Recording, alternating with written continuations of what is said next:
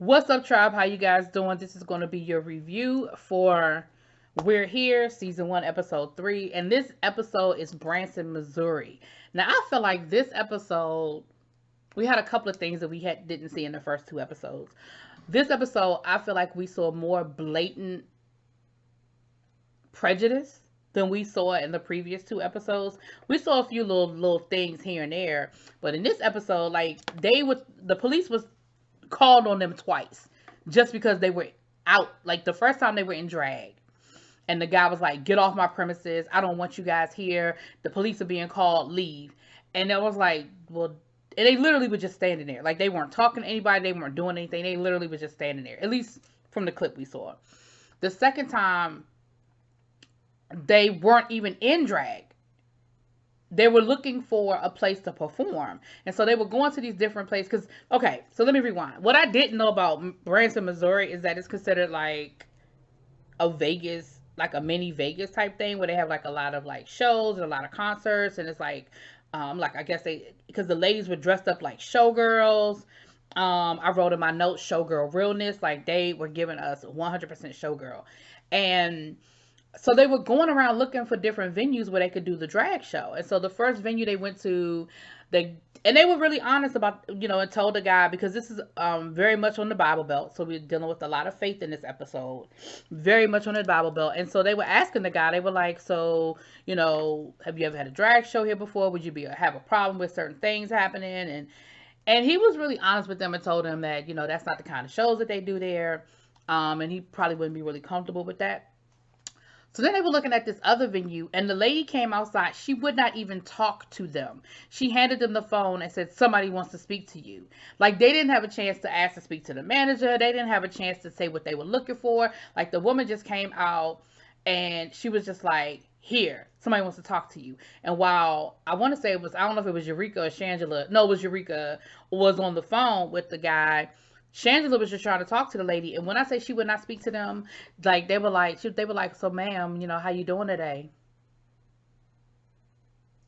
I was like, "Well, dang, she can't even say hi." But these are supposed to be Christian people, right? You can't speak to somebody, but you so Christian, whatever. Then they came across this store that had the whole Confederate flag thing, the Trump 2020, and like all of that or whatever. And the lady was, and so then they were told that the police was going to be called on them at the other venue. So they finally were able to find a facility that I thought was cool because it was actually on a well, their dressing room and stuff was on a boat. And the facility was, I thought it was a really nice facility. So I feel like they looked up anyway and got the better thing. But we're dealing with, in this episode, we have Tanner, who Bob is working with. We have Charles, who Shangela is working with. And we have Chris, who Eureka is working with. So Tanner's situation is weird. Not weird. That's not the word I'm looking for. Different. He is someone who he embraced his sexuality. He moved away from Branson and was very much, he said, in the gay culture of Springfield, Missouri. But then he had a crisis of conscience and faith. And now he is basically suppressing his sexuality because of his faith. And what's interesting is that his mom is, she's not an atheist, but I believe she's probably more of what you would call agnostic, where, but she's just not really. So her thing is, listen, be who you are. You are who you are. I love you the way you are, kind of thing. So it was really interesting because a lot of times you hear the opposite. You hear people, but for somebody to walk away from their lifestyle to go back to the church and suppress that. So, but he does, he's in musical theater. And then we have Charles, who went to school for musical theater as well, for ballet. He dances and stuff. So, that was right up Shangela's alley, honey. They were getting it in. They were coming up with all kinds of routines and stuff. And he was talking about that he wants to be proud and show that he's proud of who he is. He said because in Branson, things are so bad because to the point where you could lose your job if people think that you're gay. Not so much that you're doing anything, but just the fact that you are gay or that you're living in your truth as a gay man or woman, that it could potentially cost you your job and your livelihood. So again, that's that fear of, what we're living in this day and age, and just that fear. So I was just like, wow, like that's deep, you know what I mean? Like that's deep. Um and then we have Chris's story is very heartbreaking. We have that Chris is working with Eureka. Chris wants to do drag. Chris, him and his wife are in the process of a divorce. He has a daughter who's very sick. She's a cutie. She's very sick, and he said he hasn't always been the best dad. And he said about a little while ago he was suicidal. He didn't actually go through with it, but he's really been dealing with that. And I sort of get some vibes off of Chris that are a little deeper than what we explored. I'm not going to necessarily give my opinion on what I think that might be, but a little deeper than what we've explored, right? And he wanted to get in drag to just take control, I feel, of and to who he take control. Like I said, I'm being careful with my words because I do think it's deeper that I'm not going to necessarily speak on. But his daughter very much knows about drag, and so that's something that, again, I think is a great thing. And his wife is really, she said, we're at a point now where we're learning how to be friends again. We're not, we are going through a divorce, but we still have dinner together. We still spend a lot of time together, and we're in the process of learning how to be friends again. And I thought that was a really cool thing. And I thought that was really deep. Like, they're learning how to be friends again. And so, yeah, and this was, I mean, all of these are just, I've come to the conclusion that all of these episodes, I'm just going to need to have tissue on deck because they get really deep, they get really emotional, and these are just real people with real stories who live in areas of the country that may or may not be so open to accepting who they are. I love the fact that every time they do a show, the shows are packed, because this show was packed. And I love the fact that every time they do the drag shows, the shows are absolutely packed, right? But these stories are just absolutely heartbreaking. Tanner, he said that at one, he was into drugs and alcohol and, all of these things. And the one thing Bob said that his mom went through this, that his mom came out to him as being a lesbian, and then she became a born again Christian, and she totally, she's like, I'm not a lesbian anymore. And we see this happen to people all the time. And so, you saw, you saw him, you really saw in real time that crisis. Like, in real time, you saw the struggle. And the one thing that I think Bob gave him some great advice. I think Bob, without coming off as being judgmental, without coming off as lecturing him, I think Bob gave him some great advice and told him, listen, you can be strong in your faith and still be true to who you are. Like, you can do that. And he said that he called his mom to get some advice because his mother, like I said, his mom had, has been dealing with this herself or had dealt with it. And that, he shared with him what his mom had said in reference to being able to be strong in your faith. So it was good. It was really, really good, you guys. So the drag show, like I said, Shangela and Charles, honey, Charles was here for it. He was ready, and like I said, Charles could dance, okay?